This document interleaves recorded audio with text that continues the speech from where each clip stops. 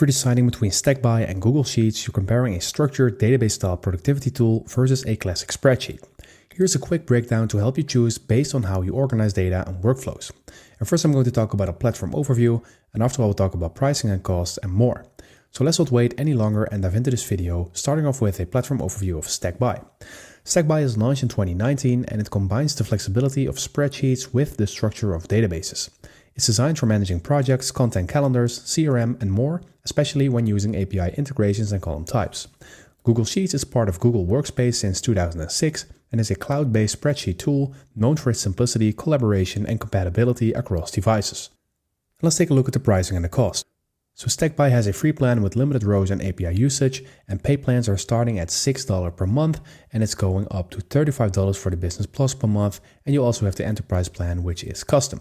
And if you want to get started with Stackby, then go ahead and check the link in the description to get started with a nice bonus, absolutely for free.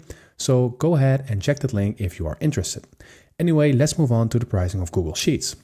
Well, Google Sheets is free for individuals with a Google account, and business access is included in Google Workspace starting at $6 per user per month. And now let's take a look at the features and the tools. Well, Stackby offers relational tables, customizable columns, built-in API connectors, data automation, and form views, making it great for team operations and structured databases.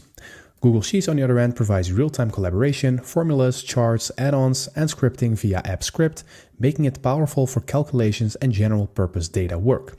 And now let's make a final verdict between the two. Well, choose Stackby if you need a no-code database tool to manage structured workflows, automate data, or connect with APIs visually. And go with Google Sheets if you want flexible, shareable spreadsheets for calculations, tracking, and collaboration in a familiar interface. And let me know in the comments down below which of the two you like the most. Anyway, I hope this video helped you out. Please leave a like and consider subscribing, and then I will see you in the next one.